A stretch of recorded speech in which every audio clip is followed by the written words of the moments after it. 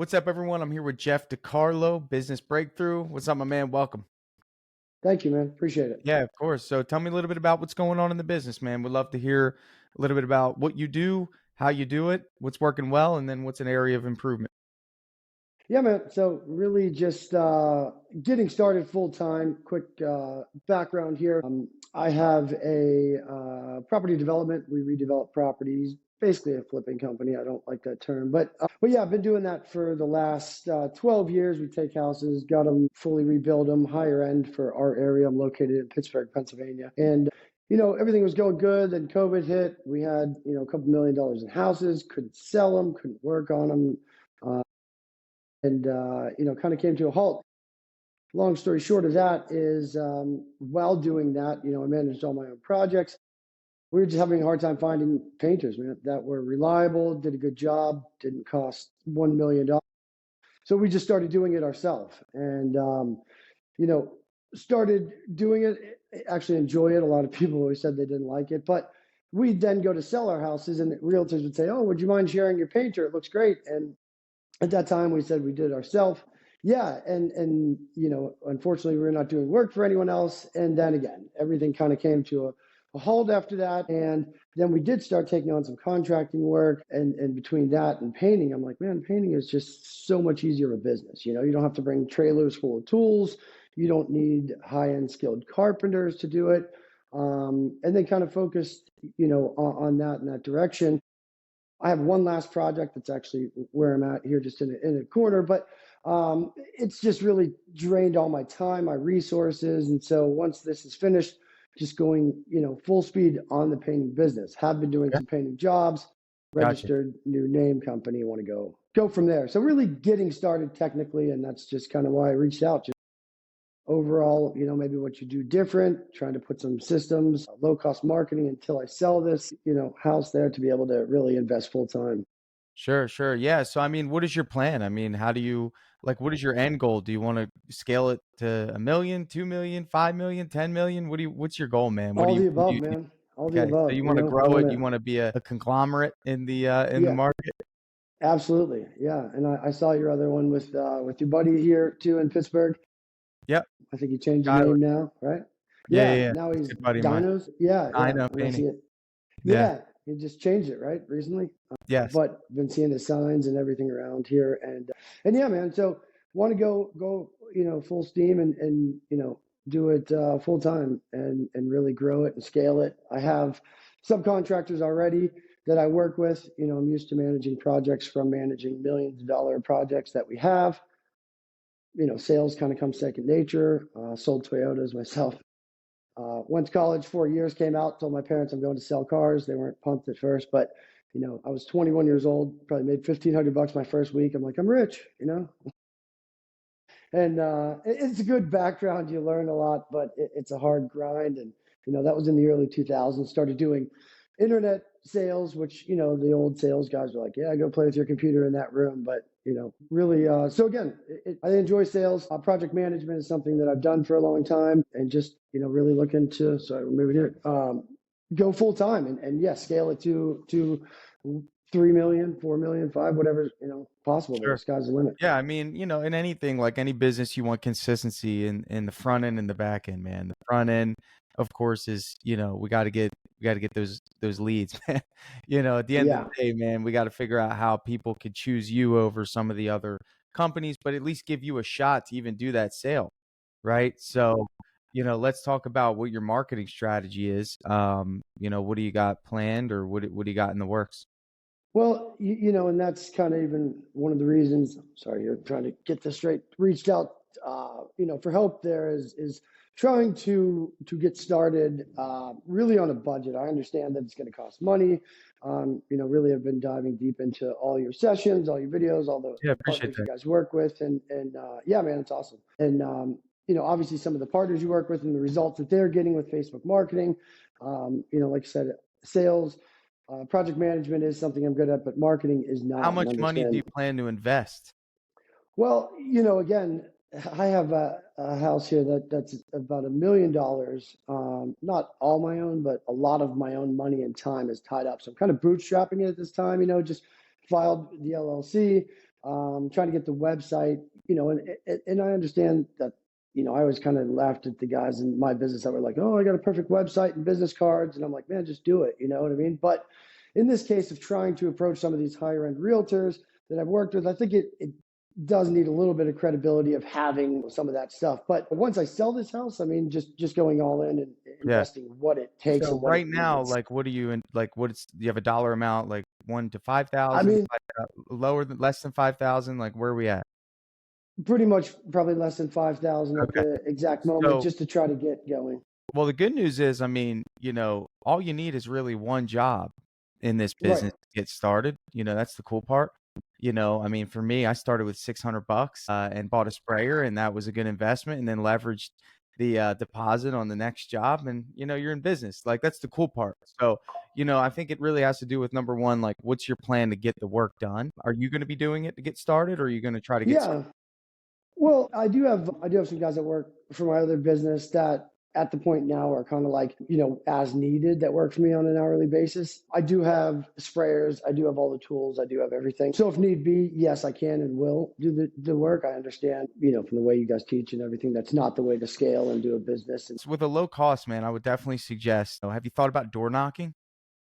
yeah, yeah, I have, and I believe that's probably the best. Now it is again Pittsburgh. We've been running last week at like 10 degrees. So A little cold.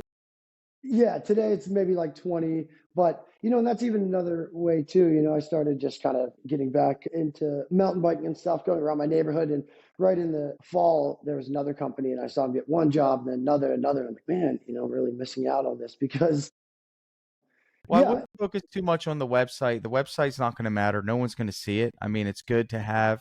I wouldn't spend any money on it. Just whip something up real quick off of Wix. okay, And, yeah, I mean, at the end of the day, man, like, you got to pay to play now for anyone to see your website. The key here, man, really, I mean, leverage networking, leverage relationships. You can learn door knocking. That's pretty easy. I mean, Justin Georgopoulos, he's one of my speakers from Liftoff. He did a great training on that. He's got a school community, and I mean, at the end of the day, if you have low cost and you want to get some momentum, easiest way to do it is probably door knocking. Buying leads, I mean, is obviously my favorite. Spending money on marketing, but that might not be an option right now. I kind of want to know, like, what questions do you have, man? Like, I mean, at the end of the day, I'm here to help. So, what do you got? yeah. I mean, I know you prefer the employee model over that. I think being here in Pittsburgh, I mean, that was some of the questions too: subs versus employees. I've had both doing my other business, and it's just that was one of the problems we ran into too during COVID, is just feeling the obligation, the responsibility to these guys that were loyal to me, to keep them busy, keep them working. And that is something that kind of does scare me in the sense to double down on that as well. But I think subs, you see a lot of guys that have successful, obviously yours is successful with employees. So I guess it's not really a question as much. And I think probably starting out subs is probably the best. But you don't hire many subs. I guess the question always is like, how do you approach these subs? Yeah. Is it something to how do you sell those guys on working Yeah, on your man. At the vision? end of the day, I would argue that employees can sometimes be easier than subs because I'm good at putting teams together, right? So I can put together three painters that are probably going to work better than a random team of three painters that we just call subcontractors that I have no say over or haven't vetted properly or haven't done a background check on. I mean, it's a little extra effort. At the end of the day, you could go out and hire a painter for $20 an hour and actually make more money than you would if you brought in a sub crew right now. Like, if the goal for you is to make money right now, an employee is not that hard. An employee model is not that hard. There's so many painters, dude, that don't have work right now in Pittsburgh that would love to work for an hourly wage, Yeah, you know, because the same thing you're running into, right? So at the end of the day, man, like, and if you do want the sub model, that's great and all. I mean, I think it's awesome. If you can rally together the subs, you're just gonna run into different challenges, man. At the end yeah, of the day, you have no leverage. Like, I think sub crews want to work for the guy that has the work.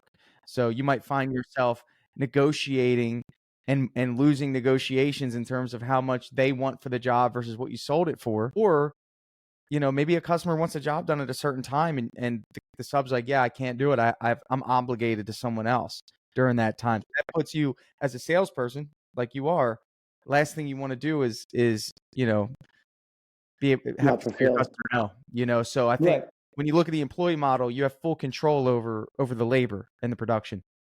Yeah. Yeah, and I guess just even, some advice on what you would think, just sending, would it be a video out to maybe some realtors that I have names or list of? I mean, some of them I've Dude, only realtors talked. are terrible referral Oh, partners. really? Yes. No, you don't like that? I don't like I know. I mean, think about it for a second, right? If you're a realtor and you Mhm. have a client who wants to sell their home, are you going to refer your client to someone that you know is an expensive option, or are you going to say, "Hey, I have this guy that could probably paint it for 2K." Yeah, I guess that probably makes sense. They They're just want to terrible. get it, They're the get it worst done. on the front end and the back end, dude. Like honestly, like you unless you work with high-end realtors that are selling maybe $1 million homes, like dude, you're not really going to be that choice because number one, it's less commission for the realtor, right? I mean, if Right, not really, but ultimately, the realtor doesn't want to look like they're costing their customer money. Does that make sense? Like right. at the end of the It day, like does. it kind of looks bad on the realtor if they're like, hey, like I can't really sell your house unless you spend 10K to paint it. Right.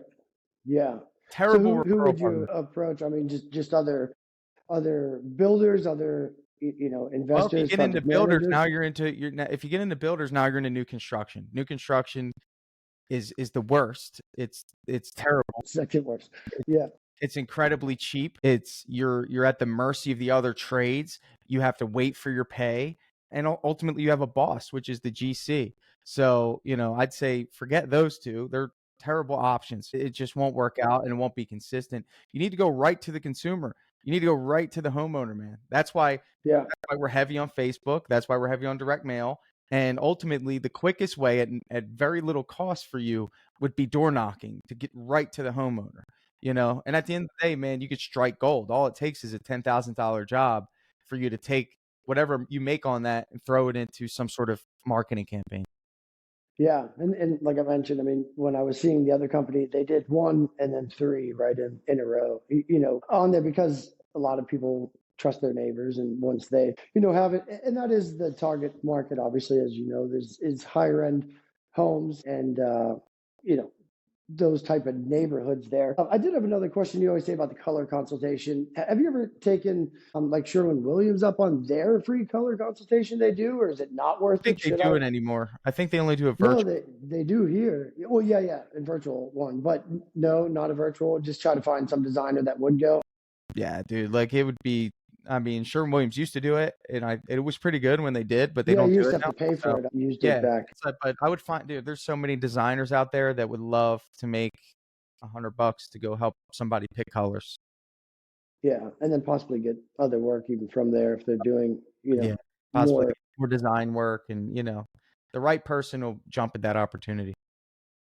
Yeah, and I guess the other question, is just job costing and what to bid jobs. I know what I want to pay for them, but I think even for construction and with just anything these days, I mean, I get sticker shock that I've been doing this so millions and millions of dollars of renovations. It's just I think that's probably everyone's question is how do you figure out exactly how long it's going to take?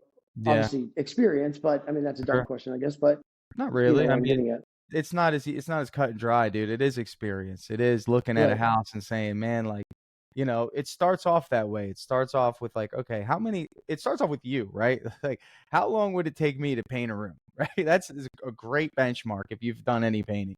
And you'd Yeah. say, okay, I'm going to give myself 8 hours to paint the ceiling, the walls, the trim, and the three doors in this bedroom, right? Just giving you an example, okay? Now, if you add another person into the mix and it were two of you, how fast would you get it done? Generally speaking, it would cut the time in half. 4 hours for you, 4 hours for him, right? Now, if you had a third person in there, you guys are busting out a room in 2.5 hours, right? So, this is the concept of obviously adding in more help, obviously decreases the time per unit and, of course, increases the cost. So, there's two ways to go about estimating, dude. Like, the first way is for you to pretty much identify how many days you're going to put on the job, right? This is the easiest way. You can look at a house and you can say, okay, I'm going to give my team 5 days to get this done, right? So let's say you have three painters and they're getting $20 an hour. That's 800 a week. Times that by three. That's $2,400. Okay, or 8, 16, 24. Okay, so that's $2,400 in labor costs. You follow me so Yeah, far? I do. Right. So you have 3 painters. You give them 5 days to do it. There's $2,400 in labor cost, right? You're not painting. You're just facilitating. Now let's imagine the paint. We're looking at a 2,000 square foot house. Paint's the easiest to figure out because, you can always go up a little bit. So let's say 10 for the ceilings, 10 for the walls, 3 for the trim, right? So that's 23 gallons of paint. If you're getting paint for $50 a gallon, let's just say $1,000. So now your cost right there for that project is $3,400. Okay. Right. Follow me? Yep. All right. You want to be at about a 40 to 50% margin on paint projects, right? You want to be able to, every dollar you put in, you want to make 50 cents, right? Yeah. So So multiply it. multiply it by 2, right? So if our cost all in is $3,400, you price it at $6,800. Now, here's my methodology. My methodology is if you don't have any work, it's better to keep your team busy than to make money because more work's coming. And the most important thing is making sure your teammates don't leave or they don't lack trust when it comes to you being able to provide for their families. Okay. And this Yeah. includes subcontractors too, dude. Like at the end of the day, man, like, let's say you're at 6,800, you're going to use your car sales negotiation skills that you've built. And you're going to say, listen, here's the deal. I have the ability to go down to 5,900 if you allow me to earn your business today. And yeah, you're going to make less money. You make some money, but the most important thing is your team's busy and they have 5 days worth of work. Now, this might sound kind of, out of context here, but bro, when I'm selling paint jobs, I am so much more confident when my schedule's full than I am when my schedule's not full. Sure. Yeah, it makes sense. So you exude a certain level of energy when your team's busy. So remember that. Like, so at the end of the day, what I just went over with you is what I call profit-based pricing. It's essentially how many days, how many guys, how much paint, how much you're going to make. Easy.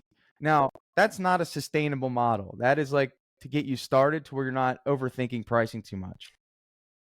Production rate estimating is essentially what you should be doing. And that is taking a bedroom, putting in the elements of the bedroom, walls, ceiling, trim, and doors, and having time assigned to each element of the project. So it's proportional as the project gets bigger. That's going to get you in trouble, that cost-based pricing. There's going to be times where you try to do that and the customer goes, hey, I want to take off the ceiling. Then what do? You Right. know what I'm saying? Yeah. So at the end of the day, man, like production rate estimated, that's Strip Jobs. Strip Jobs has that feature built in. And then we have job costing, which is the other side of estimating, which helps you audit it. And does that have like a set rate to start with, or is it something that we would put in what our, job costing would be per ceiling? So it's more of like a time as opposed to like a square footage, correct? Is what Correct. you're It's saying? well, everything's based off of time. Even the example I gave you, it's based off Yeah, of yeah, time. yeah. That's what I'm It's saying, based but off of not. right. Essentially, Yeah, it's just like a ballpark. It really is. Like if you look at a house, say 5 days, well, we're hoping that it's 5 days. When you do production rates, you're saying, okay, my spread rate on a wall is X amount of time. If I have 1,000 square feet of wall, all I have to do is multiply that by the spread rate, and I'm pretty accurate in terms of how much time. So right. to give you some more context on that, does it have pre-built rates? It does, but everyone's rates are different, right? Because everyone has different costs. Everyone has faster or slower painters. So it's wise for you to drill in. We have a coach that we work with that helps set up these rates for your company, helps you estimate, train you on it. So there's some resources there, but it's not too difficult to figure out, man. It's just kind of trial and error, really. No, I got it. And then job costing in reverse once the job's done, seeing how long it took, exactly what the materials were, and then nailing down. Yeah, build that habit early for sure. Job costing is going to really open up your eyes. Yeah. And coaching, I mean, is something too. I mean, once I get rid of this ball and chain, I mean, it's just been like years and hundreds of thousands over budget, but to invest in and understand it. And I've hired them for my real estate company. Some I've spent 10, 15 grand and they were awesome. Some I've spent that and they were duds and didn't work. And I think that goes in any, but I totally understand that it's something that's worth hiring, just even for the accountability aspect of it, or someone to just work with, make goals, plans, and hold you accountable. So, and I'm sure you have some recommendations or something as well. I saw on your your website there, some of the people you work with, but there's a big spread. You could spend 20 grand, or there's guys for 5 or 6. It's just hard to tell what the best route is. I guess just goes with the feel and who it is there. But another question I had too was, I know you said it's big to always touch base with the customer. So if somebody does fill out a form on your website, or that Drip Jobs obviously sends a text message, would you call them right after, just touch base and just introduce yourself before you set an If appointment, I or were would you you, I just let would. that? I Yeah, mean, if I were you, I would, and there's no reputation, there's no reviews. You need to really drill in and win over as many people as you can early on. I mean, build rapport. yeah, build rapport, just, introduce yourself, just go all out in serving people. You're selling an emotional product. So, you can really tap into emotions, build trust, and people will pay more for that in this industry. Sure. No, and I appreciate that, and makes sense. The trainings that I've listened to, how you're saying, like, it is basically the emotional aspect of why Absolutely. someone's getting it painted. It's not always necessarily, oh, they need it painted. I mean, that is, but everyone, if they need it painted, is going to go with the cheapest route. It's how you build the rapport and make yourself, the one they want to go with and pay. And Dude, I I do have would some go to a customers. house and I would bring 9 samples. I would run to the paint store 3 or 4 times and do those color consultations myself early Yeah, on to win business. I mean, just showcasing, value and helping people see that I'm going to bat for them. It's really hard for them to deny that level of care. yeah. It's hard to lose in this business when you care the most.